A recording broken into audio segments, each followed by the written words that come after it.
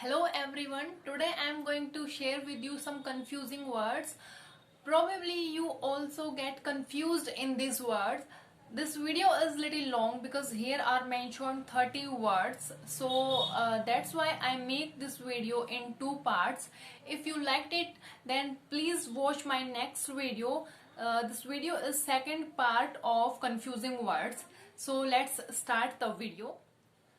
So first one is accept and except. तो आप लोग सोच रहे होंगे कि मैंने दोनों वर्ड ही सेम बोले हैं, लेकिन ये प्रोनाउंस करने में सेम है, स्पेलिंग इनकी थोड़ी सी चेंज होती है। पहला जो होता है ACCEPT होता है एक्सेप्ट, दैट मीन्स होता है रिसीव समथिंग और टू एक्सेप्ट समथिंग, किसी चीज को स्वीकार करना। और जो दूसरा होता है except EXCEPT, that means leave something, that means leave out something, मतलब किसी चीज के अलावा कोई चीज। This restaurant is doesn't accept cheques. और जो सेकंड है at night I found nothing except the fruits. तो इस तरह से आप समझ गए होंगे दोनों एक्सेप्ट का मतलब क्या क्या होता है। तो जो सेकंड पॉइंट है अफेक्ट और इफेक्ट।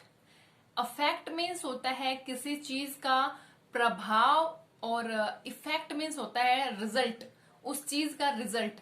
तो दोनों एकदम प्रोनाउंस करने में सेम है, लेकिन इनकी स्पेलिंग्स में अलग है, अंतर होता है। अफेक्ट इज अ वर्ब और effect EFFECT, effect is commonly use as a noun. दोनों का एग्जाम्पल देती हूं। एग्जाम्पल है your opinion will not affect my decision, मतलब तुम्हारा ओपिनियन या तुम्हारी राय मेरी बात को या मेरे डिसीजन को प्रभावित नहीं करेगी। Exercise and healthy eating have good effects on our body. Next है अलाउड, ALLOWED, अलाउड। इसका मतलब होता है टू गिव परमिशन समथिंग, किसी चीज की परमिशन मिलना। और सेकंड होता है ALOUD, अलाउड। अलाउड मीन्स होता है ऑडिबल, समथिंग ऑडिबल, मतलब इतना जोर से कि हम अच्छे से उसको सुन सकें, दैट मीन्स अलाउड।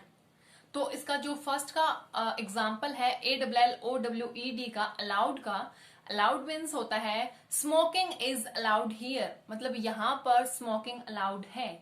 और जो सेकंड है अलाउड, उसका एग्जाम्पल है we like to read aloud, we like to read aloud, मतलब हमें जोर से पढ़ना पसंद है। नेक्स्ट है एट भी दो ही होते हैं, दोनों अलग अलग होते हैं, ATE 8 और एक होता है EIGST 8। सेकेंड जो होता है 8, it's a number, it's more than 7 and less than 9।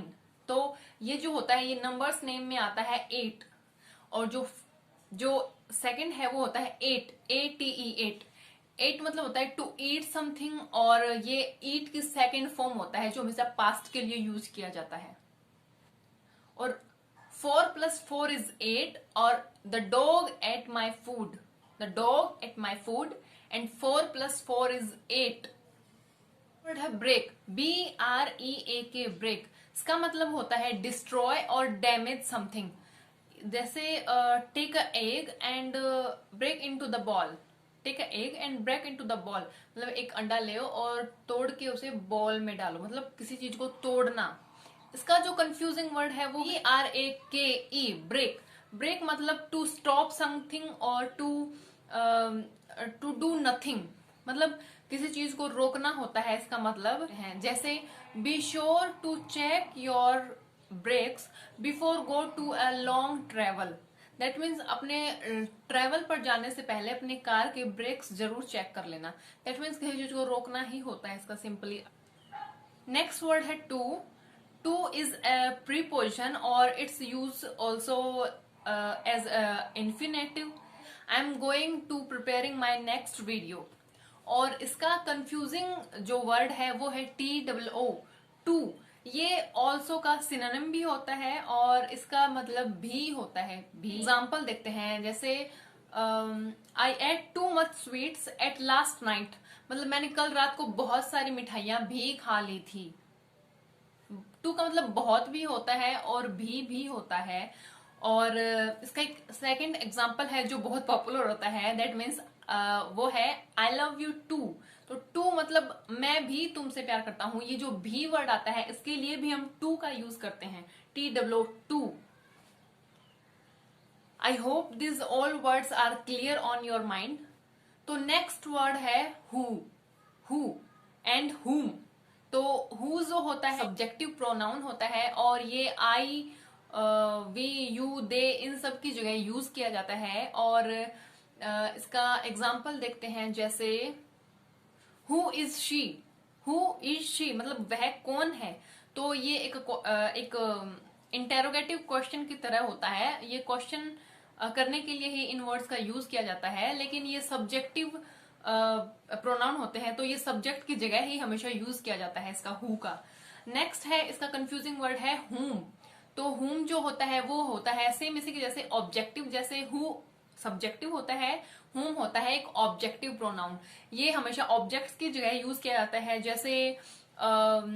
जैसे यू एंड योर, हिज, हर, इन सब की जगह हम लोग हुम का यूज करते हैं। इसका एग्जाम्पल देखते हैं, Whom did you choose for our team leader? Whom did you choose for our team leader?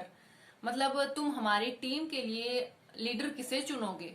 तो ये हमेशा एक ऑब्जेक्ट की जगह ही यूज किया जाता है इसका। नेक्स्ट वर्ड है principal, PRINCIPAL, principal. It means a head or in charge of a school or a company। जैसे इसका एग्जाम्पल होता है, the principal is a very busy woman. मतलब जो हमारी प्रिंसिपल है या स्कूल की जो हेड है वो बहुत ही बिजी है, वुमन है, बहुत बिजी वुमन है। और इसका जो कंफ्यूजिंग वर्ड होता है अदर हैंड वो होता है principle, PRINCIPLE, principle. Principle that means some guidelines or some rules and regulations type, जिसे लोग फॉलो करते हैं उन्हें हम लोग प्रिंसिपल्स बोलते हैं। जैसे this principle is clear and absolutely right. This principle is absolutely clear and right. Next word है बाय, BUY। इसका मतलब होता है टू परचेज समथिंग, किसी चीज को खरीदना। जैसे इसका एग्जाम्पल लेते हैं, I can't decide which pair of shoes I bye.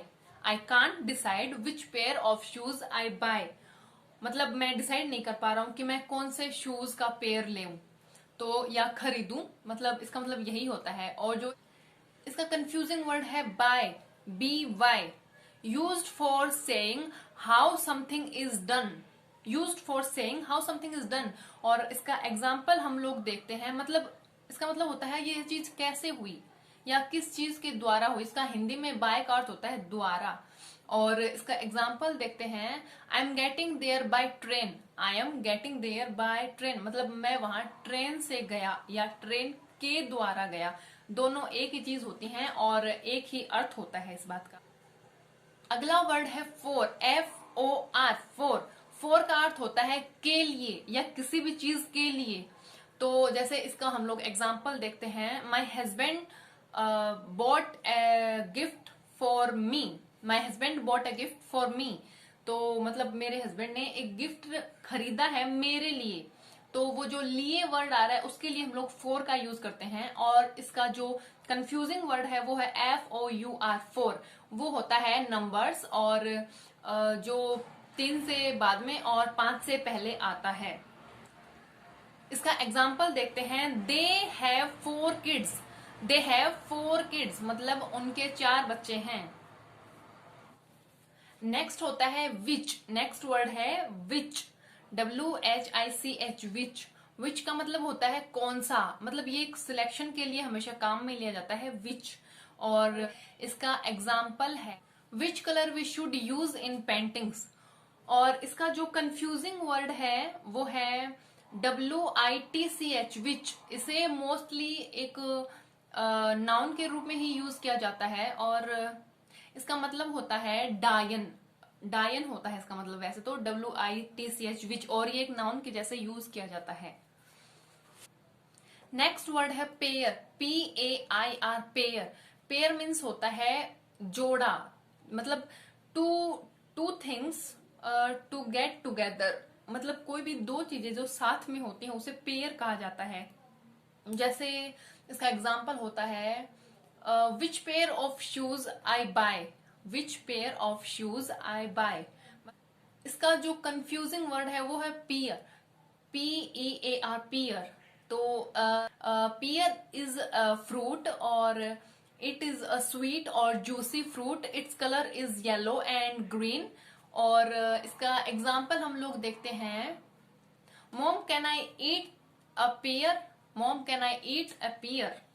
Next word है male, MALE, male, that denotes something or someone, gender as masculine. इसका कंफ्यूजिंग वर्ड है mail, MAIL, mail. It means a poster or a letter send by the post. इसका example है I have received a mail yesterday about my job interview. Next confusing word है plain, PLAIN, plain. It means looking simple और ordinary और without any decoration. और इसका example है जैसे कि she wears plain dresses always, she wears plain dresses always, मतलब वो एकदम सीधे सादे कपड़े पहनती है हमेशा। इसका कंफ्यूजिंग वर्ड है plane, PLANE, plane. It's describe aeroplane और इट इज अ नाउन। और जैसे कि इसका एग्जाम्पल है he went to New York by plane, he went to New York by plane. और that is the video. I hope you like this video and if you like it then please comment me below. इसका next part भी आने वाला है, मैं कल या परसों में इसका नेक्स्ट पार्ट अपलोड कर देती हूँ। और आप मुझे बताइएगा अगर आपके कोई कमेंट्स हैं या डाउट्स हैं तो। And if you like my video then please don't forget to like, share and subscribe to my channel. Till then bye bye.